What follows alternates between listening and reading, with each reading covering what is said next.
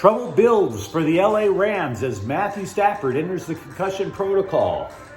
The Dodgers have until 2 p.m. today to make an important decision on Clayton Kershaw, and once again, it is time to give the finger to the internet F-boys by squashing Lakers trade rumors. Good morning, I'm James. This is your daily dose of sports and snark for the greatest sports city in the world, Los Angeles. This is Faithful Angelenos Morning Report. It's November 10th, 2022. I want to start off by thanking the new subscribers who joined the channel. I appreciate every last one of you because we're trying to build something here. If you like the content we put out about LA sports, clickety-clack the like button. Clickety-clack the subscribe button. There's a notifications bell. Hit that. It'll let you know when we drop new content, which is quite often during football season. Sharing is caring. Let people know we exist. And yes, comment, for I am not omnipotent. Last night, there was only one game between LA teams. That would be the Clippers and Lakers. Paul George scored 29 points to lead the Clippers to a 114-101 victory over the Purple and Gold. Now, LeBron had 30 points, but he left the game with about 6 minutes to go. Has an injury. We'll get to that in a moment. Meanwhile, today, Chicago's in town to take on the Kings at 7:30. Chicago beat the Kings 2-1 last week. So we'll see if the Kings can pick things up after that. Meanwhile, Alabama State is going to be in town to face USC basketball. That's at 8 p.m. Guys, you might want to rebound from that Monday debacle over at Galen Center. So, Matthew Stafford is in the concussion protocol. He was put in yesterday, and I must say that was quite a development midweek, because you would normally think you don't hit quarterbacks during practice all week, right? They wear the special jersey that says, hey, you touch me, you're looking for a job.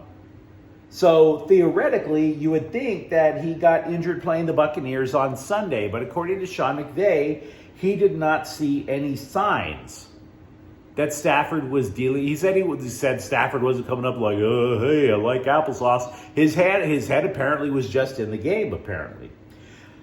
If he does not play Sunday against the Cardinals, it's going to be John Wolford. Now, Wolford played 24 snaps last year. He once had a spot start against the Cardinals 2 years ago, or 3. He did beat Arizona. But I got to tell you, Sean McVay is kind of hilarious, right? Because his quotes about Stafford's concussion made it sound like Stafford basically turned an ankle or something. I understand that we're not omnipotent, that we don't know everything, but coach, I got to tell you, you can't put an ace bandage on your head and expect the brain to recover. It's not like that. What do you expect? Like the trainer to say, okay, Matt, here's what we need you to do. We need you to ice it down for 15 minutes, then heat, then repeat back and forth. Ice your brain, heat your brain. Ice your brain, heat your brain. I mean, I will say this. There's one plus to Matthew Stafford having a concussion, and that's maybe he'll forget that he ate all that Little Caesars pizza in the advertisement. That's all I'm saying. I love the Rams. I like Matthew Stafford. Eric Dickerson couldn't get me to eat Little Caesars pizza, right? Jack Youngblood couldn't get me to eat Little Caesars pizza. What are we talking about here?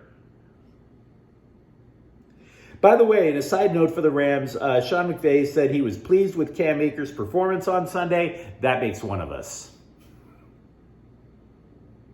Kevin Green couldn't make me eat Little Caesars pizza. Let's talk about the Dodgers for a moment.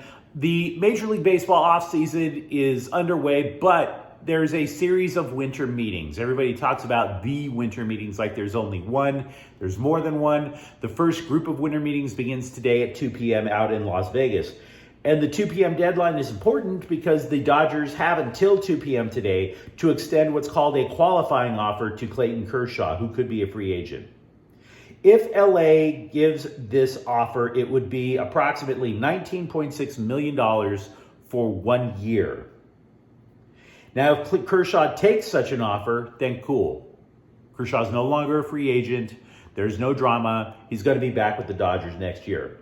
But if they extend the offer and Kershaw declines and signs with another team, LA would get a draft pick for signing elsewhere. And LA loves getting those supplemental picks. It's one of the ways that they keep their farm system supple, but not too supple. It's literally how they restock their minor leagues. Now, they didn't offer one to Clayton Kershaw last year out of a sign of respect. They're like, look, we want you back, but if you really want to go home to, say, Texas, we don't want to make the Rangers, we don't want to make it too difficult for you. You've meant too much of the franchise. So we don't necessarily know if the same thing is going to be happening this year.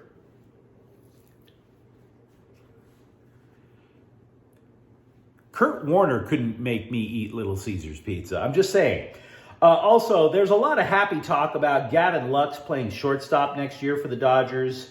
Okay. Let me paint a picture for you, because a lot of this is internet crap, like we're going to talk about with the Lakers in a minute. I'm going to paint this picture. It's just a watercolor, but that's all right. It's cool.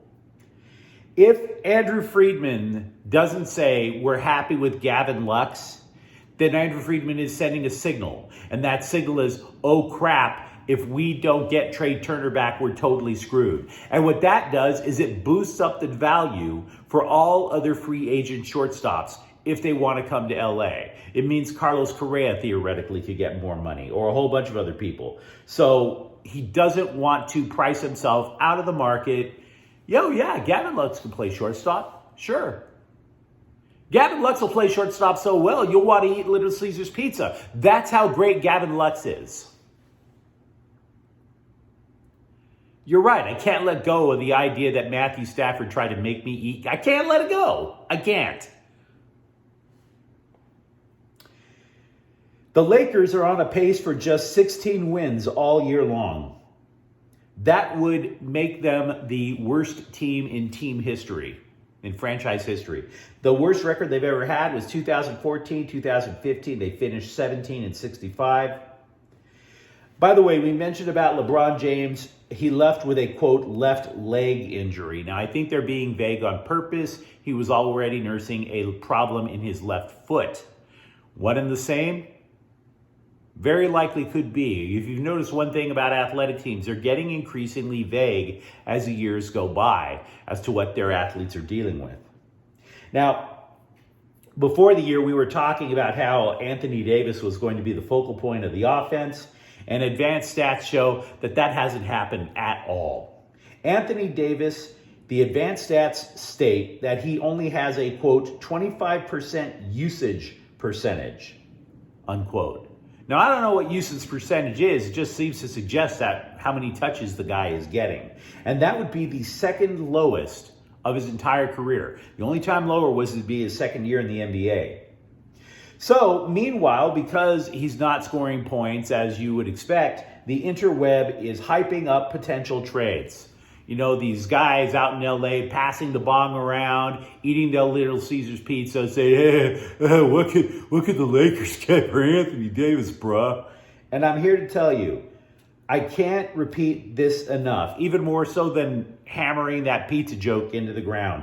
Lakers trade stories across the board, unless it's from a legit news source, like an ESPN, like a Wojnarowski or Shams Charania. If it's not from those two guys, rest assured it is complete clickbait bullcrap, okay? They are not trading Anthony Davis.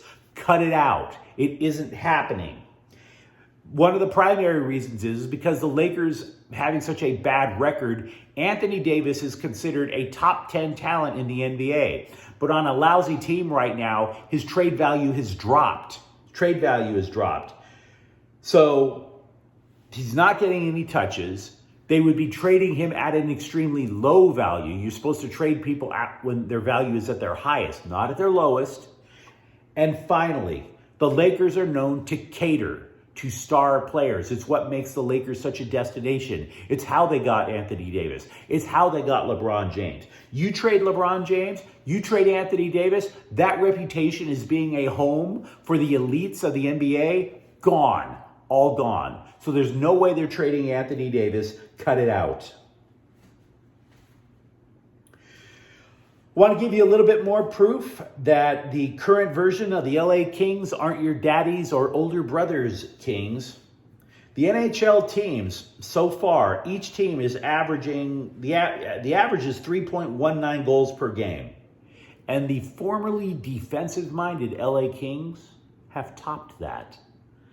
3.3 goals per game. Now, Coach Todd McClellan may have hinted at what he eventually wants from this roster with a quote that I'm going to give you at The Athletic.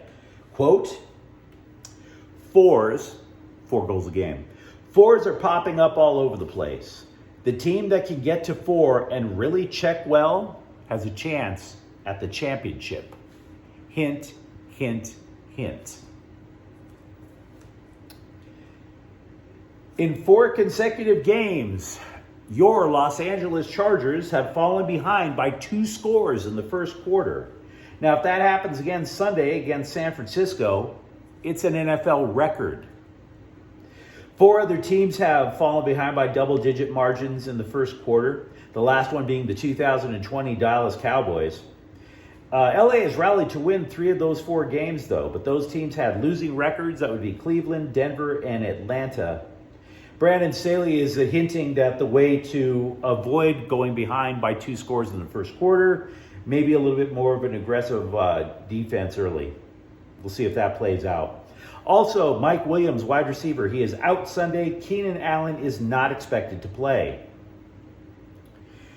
Paul George of the Clippers is your Western Conference Player of the Week. He averaged 32.3 points a game. The Clippers went 3-1. This, by the way, is not counting the Lakers game last night. He also handed out 26 assists in the last 5 games. Basically, he likes running the pick and roll with Ivica Zubac, which isn't really a drastic statement. I saw the game with the Lakers last night. Everybody on the Clippers uses Ivica Zubac like it's a prop gag in a Warner Brothers cartoon. Like you're having Wile E. Coyote constantly running into Ivica Zubac. So yeah, that's pretty much their offense. 6'10" forward center Devin Williams of Corona Centennial and Brandon Williams, the #1 prospect of the state of New York, no relation. They have each signed letters of intent to join the UCLA Bruins as part of the class of 2024. They are both top 100 recruiting prospects. Also, we didn't talk a lot about the Bruins season opener against Sacramento State because that was obviously a booty kicking. Give it up for Jalen Clark, though. 7 steals. I realize they've outclassed the Sacramento State Banana Slugs or whatever the hell they're called, but 7 steals is impressive. Wouldn't you say? But you let me know what you think about things in the comments thread. Do you think that Matthew Stafford is going to play Sunday? Do you think the Lakers might do the unthinkable? And no, they won't. But if you think they might trade Anthony Davis, you let me know, and I can get a good laugh. I appreciate that. And what do the Dodgers do at shortstop or with their rotation? Let me know what you think in the comments thread. If you enjoyed this content, don't forget to subscribe to Faithful Angelenos. We do talk LA sports here. Thank you for watching. I'm James.